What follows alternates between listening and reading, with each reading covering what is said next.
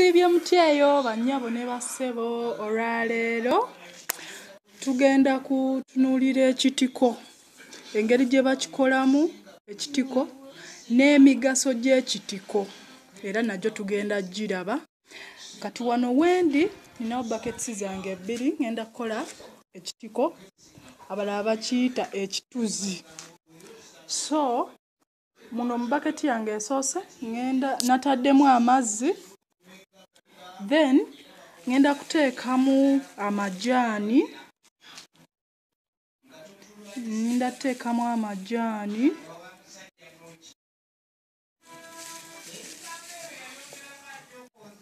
ne mu yookubiri nteekemu amajaani,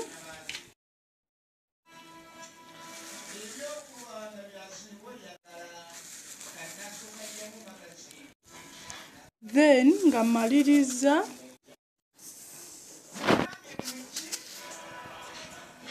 oteekamu amajaani, ngenda kuteekamu sukaali,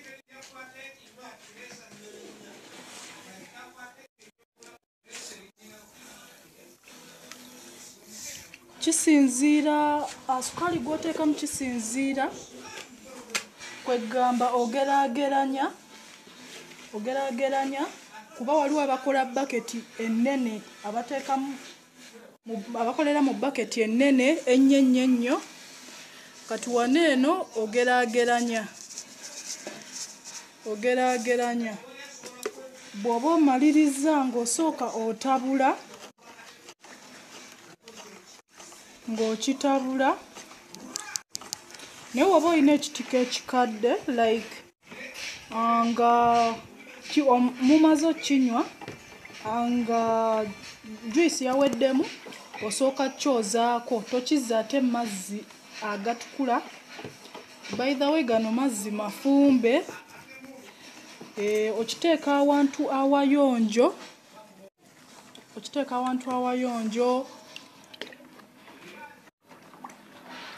n'otabula.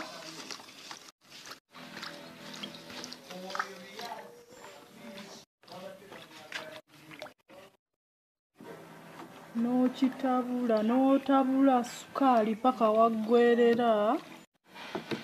Sukaali paka olaba nga ggweredde. Gwonna amajaani gakola ebika byonna eby'amajaani. Okuba nze ntaddemu gano eno, naye badde nkozesa kika kirala. Then bwe mba mmaliriza ne nkwata ekitiko kyange.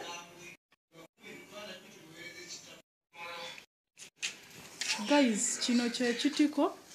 Mbadde n'ekitiko ekikadde, then ekitiko ekyo kyazadde akaakatiko ako akatono, then kino ekyazadde kyekino, kyekyo, then n'okizzaamu mu mazzi bulungi. Ndowooza mukiraba. Kano akatiko kavudde ku kino kyekyazadde akaakatiko. Era ekitiko kikula, kiba ne layers. Kati kano akatiko ke mulaba muno kagenda kakule zibeere layers nga nnene. Kayinza n'okusinga ku kino ekiri wano. Kati bwe mba mmaliriza bulungi ekitiko kiteekamu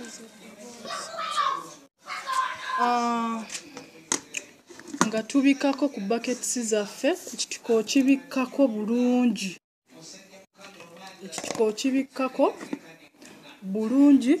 N'ofuna awantu awali safe. Bw'omala ofuna awantu awali safe, ekitiko okukula kimala weeks 2 nga otandika okunywa, kiba kikuze. Naye wobeera ng'okireseemu 3 weeks 4 weeks, kitandika okufuuka omwenge. Kifuuka omwenge.